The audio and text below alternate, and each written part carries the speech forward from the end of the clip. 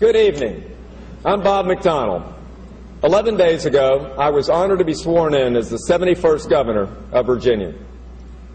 I'm standing in the historic House Chamber of Virginia's capital, a building designed by Virginia's second Governor, Thomas Jefferson. It's not easy to follow the President of the United States, and my 18-year-old twin boys have added pressure to me tonight by giving me exactly 10 minutes to finish before they leave to go watch SportsCenter. I'm joined by fellow Virginians to share a Republican perspective on how to best address the challenges facing our nation today. We were encouraged to hear President Obama speak this evening about the need to create jobs. All Americans should have the opportunity to find and keep meaningful work and the dignity that comes with it.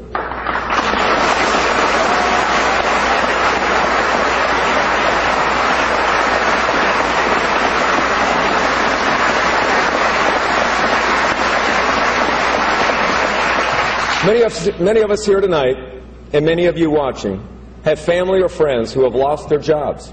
In fact, 1 in 10 Americans is unemployed. That is unacceptable. Here in Virginia, we face our highest unemployment rate in more than 25 years, and bringing new jobs and more opportunities to our citizens is the top priority of my administration. Good government policy should spur economic growth and strengthen the private sector's ability to create new jobs.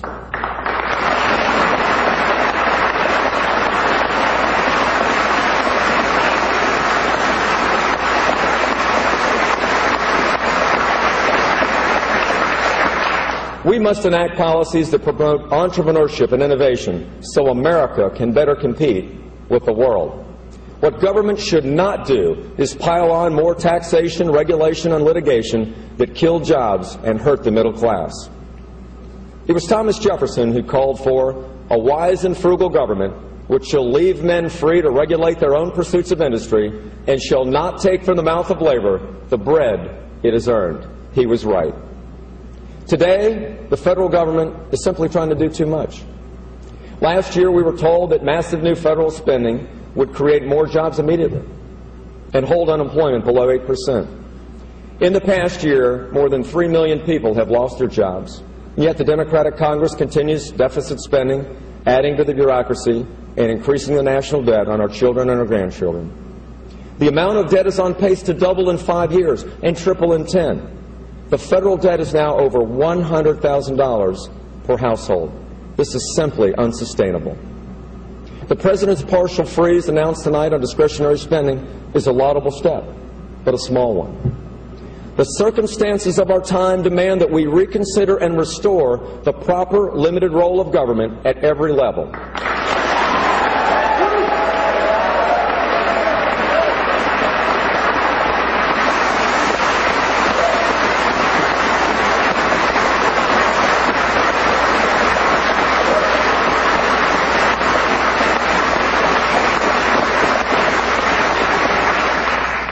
Without reform, the excessive growth of government threatens our very liberty and our prosperity.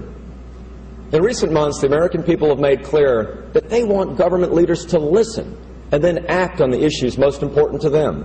We want results, not rhetoric. We want cooperation, not partisanship.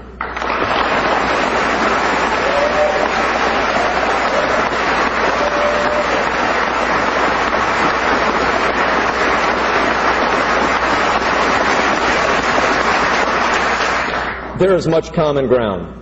All Americans agree that we need a health care system that is affordable, accessible, and high quality. But most Americans do not want to turn over the best medical care system in the world to the federal government.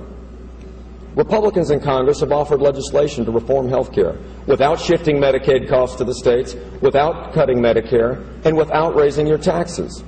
And we will do that by implementing common sense reforms, like letting families and businesses buy health care insurance policies across state lines, and ending frivolous lawsuits against doctors and hospitals that drive up the cost of your health care.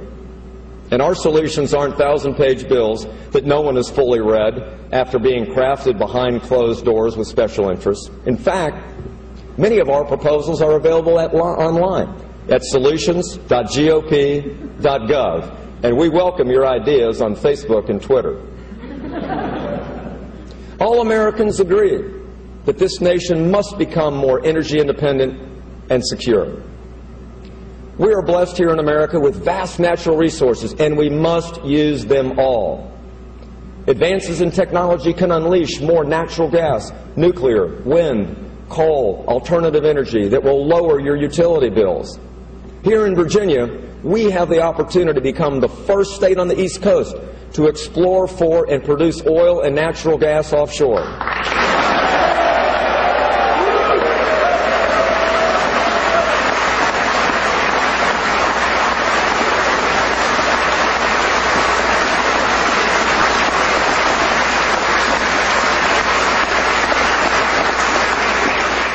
But this administration's policies are delaying offshore production, hindering nuclear energy expansion, and seeking to impose job-killing cap-and-trade energy taxes. Now is the time to adopt innovative energy policies that create jobs and lower energy prices.